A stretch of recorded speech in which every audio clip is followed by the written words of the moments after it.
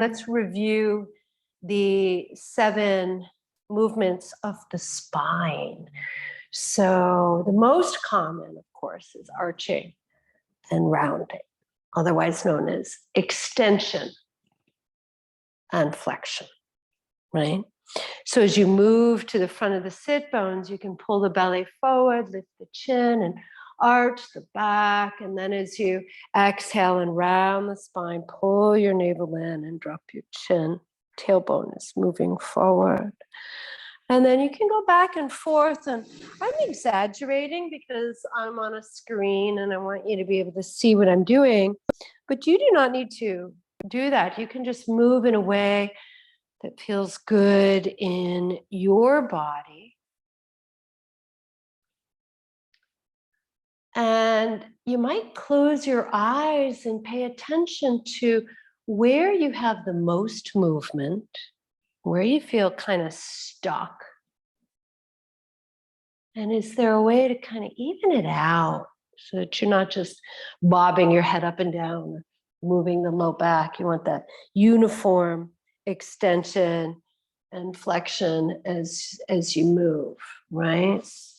So most of us tend to be a lot stickier in our thoracic spine and have more freedom either at the low back or the neck or both. So one more time, inhale, extend. So lift the chin, the chest, and arch. And then flexion, round. Good. And then come to neutral. The next movement would be a lateral one. That's side to side. I'm not coming forward. I'm staying pretty vertical. And you can take your left hand and place it right on that right hip. Take your arm overhead and create that lateral movement of the spine, that side bending action. If that's too much for the top arm, you can just put your hand on your hip or even leave it on your lap. Just pause here for a couple of breaths and see if anything shifts. And I would encourage you to not go too far because then you can't breathe properly and you might feel a little bit of pulling. Where do you feel any restrictions? And can they soften as you breathe here? And then come on all the way up. Let's try that second side. So you can put your right hand on that left hip and create that lateral movement to the right. Breathe here. You might notice that the side feels really different. Remember, you can modify it in any way that works for you. Good. And then come on back up.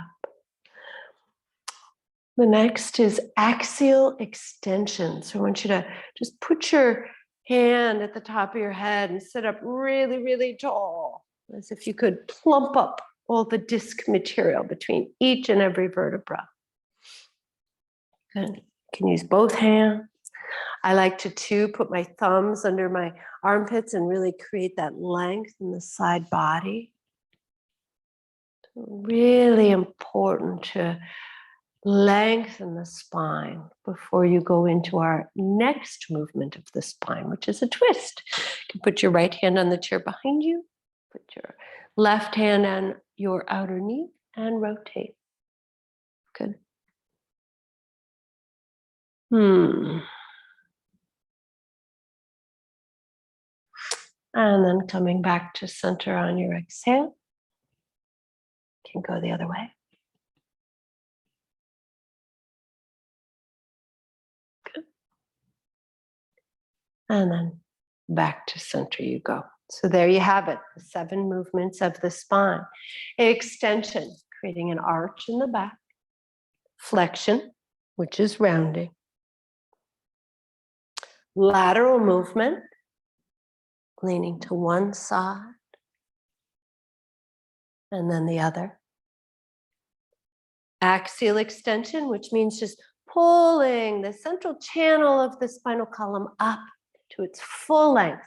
You're not trying to straighten it. You still want those natural, beautiful curves, but you want that sense of fullness and reach. And then the twist to the right and to the left. We want that fluidity in the spine. practice these every day.